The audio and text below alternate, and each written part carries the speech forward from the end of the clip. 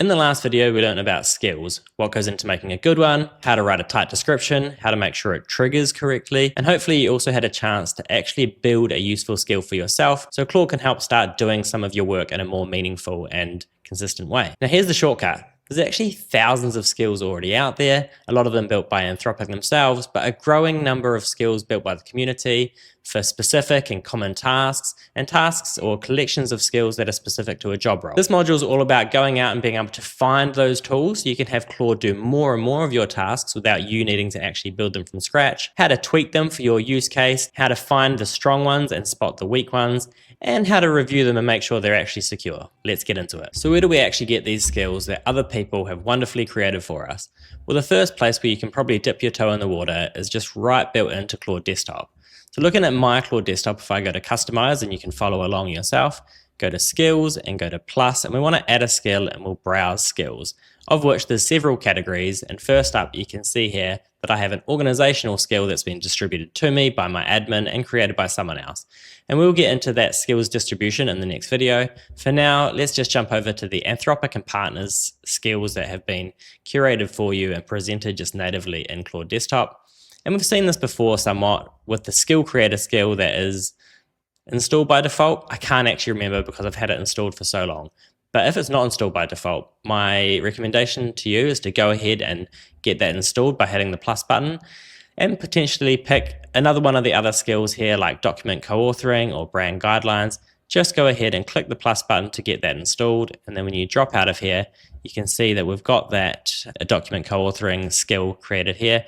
And I can actually, from the right-hand side here, I can go straight to try this in a chat window. And I, of course, recommend actually reading what the skill does. So get something installed, dive over to the chat window and have a bit of a play and see what that previously authored skill by somebody else can actually do for you. So the next place to go is Anthropic's own GitHub repo. And if you don't know what GitHub is, don't worry too much at this point. For the purpose of this discussion, it's just a website. And you can see in my browser, I've gone over to that website.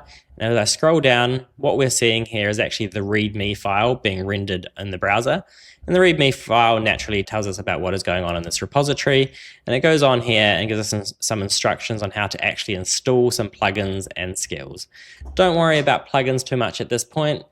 All you need to understand is a plugin is a way to wrap a skill or skills for the purpose of distribution, and we'll cover that more in the next video. So if we go into the subfolder here, which is specific to skills, you can see that each skill has its own folder and it's named quite nicely, so it should be pretty intuitive what the skills do.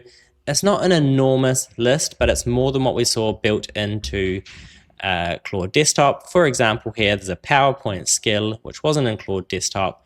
You can go ahead and click on the file that you might want to read, which for us is usually going to be the skill.md file, and that will render it for you in the browser so you can read all about the skill and decide if this skill is right for you. And then you can go ahead and download it and get it uploaded into your Claude Desktop. So that's a couple of examples of ways to get official skills from Anthropic. It's not an exhaustive list of official skills, so by all means go and do a bit further research about official skills. The next thing I wanted to draw your attention to is the community skills that I alluded to earlier, and that there's a growing community building a growing list or library, or many libraries as it were, of skills that are useful for us in our day-to-day tasks. And if someone else has already built it, then why should we build it ourselves? What we can do is take an existing skill and potentially just use it as it is, or potentially tweak it for our own use case.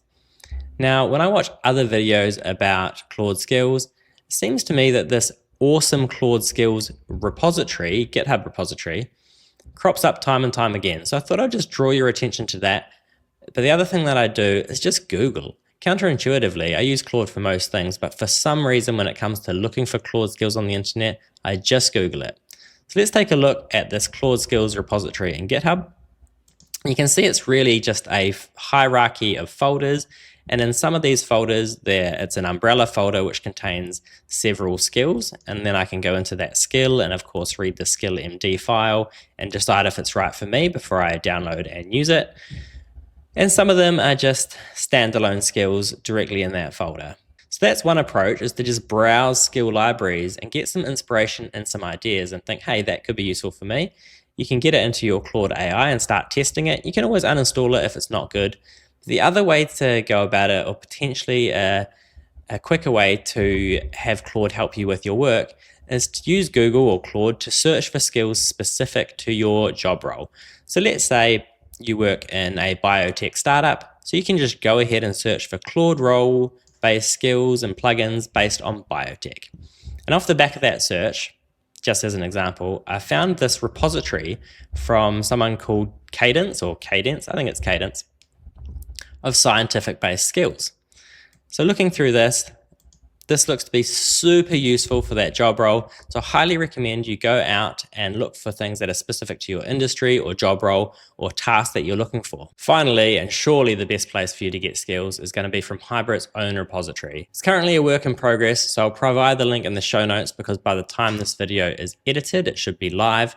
We're going to be building our own internal skills and putting them into a public repo, as well as building alongside our managed AI clients and sourcing tools and skills from the community and tweaking them so that they're easy to install and set up for your use case. So you might be thinking, that's well and good, Chris, but you've shown me a bunch of GitHub repositories that are publicly available on the internet.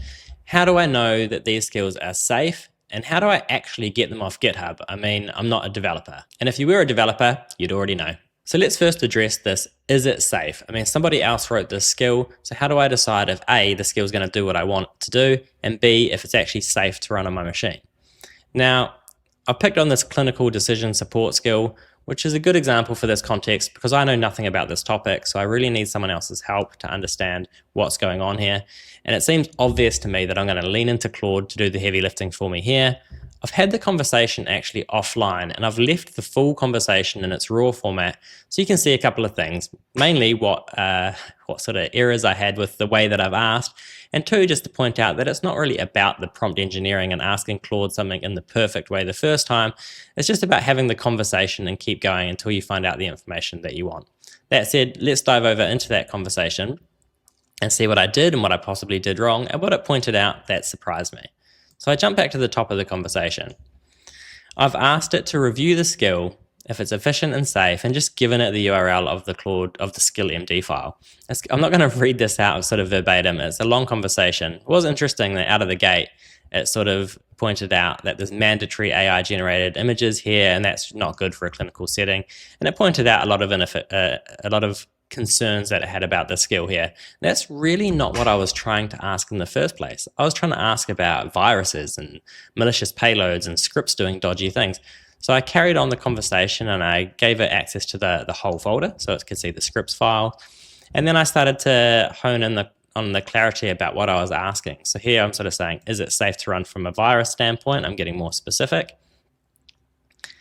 And then down here again, I want to know if there's any suspicious payloads or packages or commands within the scripts itself. So we get to the bottom, and the bottom line here is that the scripts are indeed safe to run on my machine, so I'm comfortable from that standpoint. But Claude is telling me that the skill itself is not particularly rigorous or not appropriate for the clinical decision-making support matrix. So we've established, I guess, that that's not a good skill and I shouldn't use it. But I'm going to go ahead and press on anyway because I've read the skill, let's say, and I actually think it's really good and I want to use it anyway. So how do we get this off GitHub?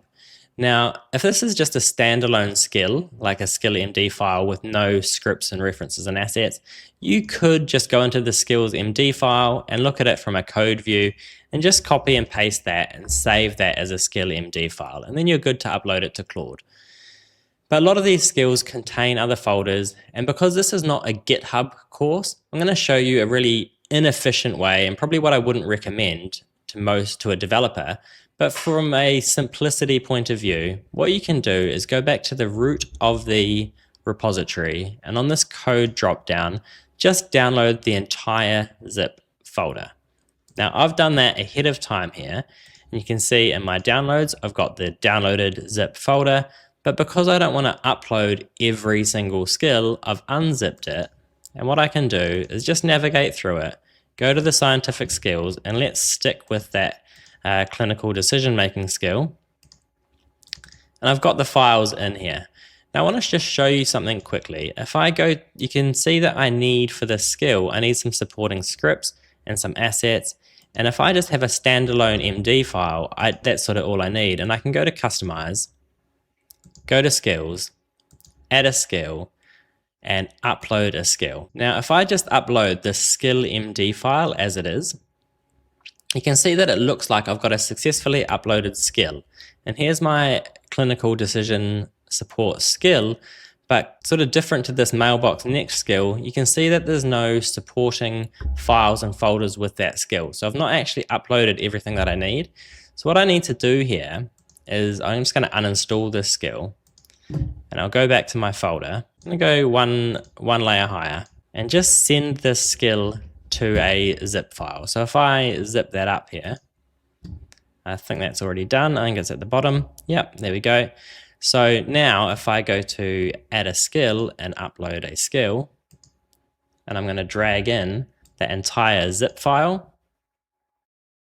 Now I've got the clinical decision support skill, and if I click on it, there should be a drop down. There is, with a skill MD file and all the folders and the supporting files that I need to effectively run that skill. So now we've learned how to build skills and install those skills that we've built. And we've also learned how to go search for community skills and how to get those installed for our own use.